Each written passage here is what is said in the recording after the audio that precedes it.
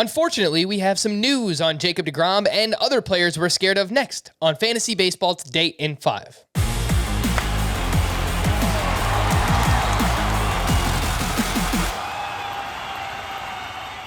Welcome into FBT in 5. As always, make sure to follow and stream us on Spotify. Today is Friday, April 1st. I am Frank Samfel, joined by Scott White, and I wish this was some kind of cruel April Fool's joke, but it is not. Jacob DeGrom felt some tightness in the back of his right shoulder Thursday while playing catch. It's not necessarily doom and gloom yet, but this is the last thing that we wanted to see, Scott. What is your immediate reaction, and what do we do in drafts? You know, it's unfortunate if you have to draft right after this news. Hopefully we find out a little more sooner than later, but we're at a point right now where we know so little, it's going to be easy to overreact or underreact and probably end up drafting DeGrom incorrectly either way. Soreness in the shoulder, yeah. What's most concerning about it is that he's going for further testing. So while it doesn't, they don't seem to be talking about it like it's a serious injury, but you wonder if they may uncover something else. So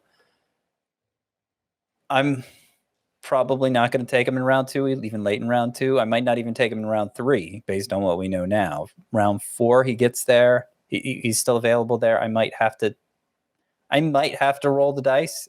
I think in a shallower league, 12 teams or fewer, let's say, it's easier to justify than anything deeper than that. But hopefully we find out more sooner than later and we can draft with more confidence. Yep, Friday will be a big day. We'll see what we learn about Jacob DeGrom, who looked fantastic in spring. It's just really unfortunate. Baseball and fantasy baseball are both better when Jacob DeGrom is healthy.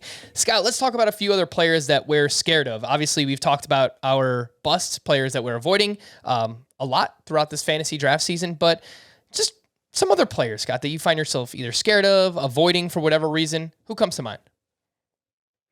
So, I mean, we've talked a lot about players that I think are busts and they're natural fits for this category. Obviously, Randy Arozarena, Marcus Semien, they were two of the biggest overachievers in terms of StatCast last year. Ryan Mountcastle, he was an overachiever, and they're moving the fences way back at his home park. Jared Walsh. Yeah, we've talked about them a lot if you listen to this podcast. So I kind of want to talk about some other names here that maybe I'm not willing to go as far as to call them a bust candidate, but I'm just a little scared of them and find myself avoiding them in drafts because of it. I mean, Cody Bellinger's an obvious one. He actually did get added to bust 3.0, but worth mentioning here, he struck out in basically 2/3 of his at-bats this spring after already looking like a mechanical mess last season, not even hitting 170. So I'm to the point now where he needs to be almost free for me to take him because it just looks bad. Tyler O'Neill, look, if he can keep, it's not like he overachieved last year looking at the metrics. So if he can keep doing what he did, he should be great. But I'm always a little scared of the guy who strikes out more than 30% of the time just because it leaves a narrow margin for error. So I wish he had more seasons where he did that. Byron Buxton, there's a ton of injury risk there, obviously, a ton of upsides. So that's why he goes where he does, but a ton of injury risk too. Blake Snell, who got off to a late start this spring. And, that means we don't get to really see if he picked up where he left off last year when it looked like he had discovered something, leaning on his fastball and slider, kind of ditching the changeup. He did finally make his first spring appearance on Thursday, and it didn't go well. But, what does that mean? It's just one start. The thing is, it's all we have to go on. And so that makes me a little nervous about drafting him. I've lowered in my rankings. Luis Castillo on a bad team. And we've seen over the years that the whip is definitely going to be a negative for him. Is he going to be any help in either wins or whip, considering?